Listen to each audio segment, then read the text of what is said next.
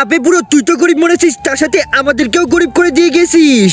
আরে আমি গরিব ছিলাম না, আমি অনেক বড় চোর ছিলাম। আমি আজ পর্যন্ত যতগুলো চুরি করেছি সেগুলো আমি একটা জাদুর দরজার পিছনে রেখে দিয়েছি। নিয়ে চল আমাকে ওখানে। আরে নাতি, ওই যে দেখ জাদুর দরজা। চলো দাদা, এবার সব টাকা বের করে নিব। আরে দাঁড়া, ওই দরজাটা খোলার জন্য ওই দরজাটা আমাকে ছুতে হবে। কিন্তু তুমি তো মারা গেছো। আচ্ছা, আমাকে জলপড়ার কাছে নিয়ে চল।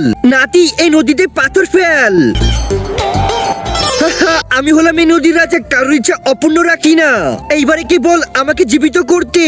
জলপড়া, তুমি আমার দাদাকে জীবিত করে দাও। আরে কি, এ জীবিত হলো না কেন? আছে, নাম কি? রাজু। হ্যালো যমরাজ জি।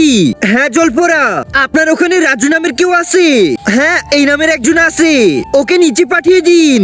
না, ও চোর আর অনেক খারাপ। আরে যমরাজ জি, তুমি তো জানো যে আমি যদি কারো ইচ্ছে পূরণ না করতে পারি তাহলে আমি মরে যাব। ঠিক আছে, তুমি একজনের লাশ নিয়ে আসো।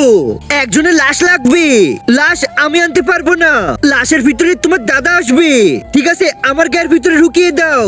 আরে তাহলে তো তুমি বুড়ো হয়ে যাবে, একদম দাদা হয়ে যাবে। ঠিক আছে, আমি টাকা দিয়ে বুড়ো কালেও মজা করব। ঠিক আছে যমরাজ জি, পাঠিয়ে দিন। রাজু যাও, তোমার পুনর্জন্ম হয়েছে। তার আগে তুমি যদি আল্লাহ তাআলার এই ছবিটিকে ভালোবেসে থাকো তাহলে ভিডিওটিতে একটি লাইক দিয়ে চ্যানেলটিকে সাবস্ক্রাইব করে কমেন্ট বক্সে আই লাভ ইউ আল্লাহ লিখে যাবে। আরে এই তো আমি চলে এসেছি।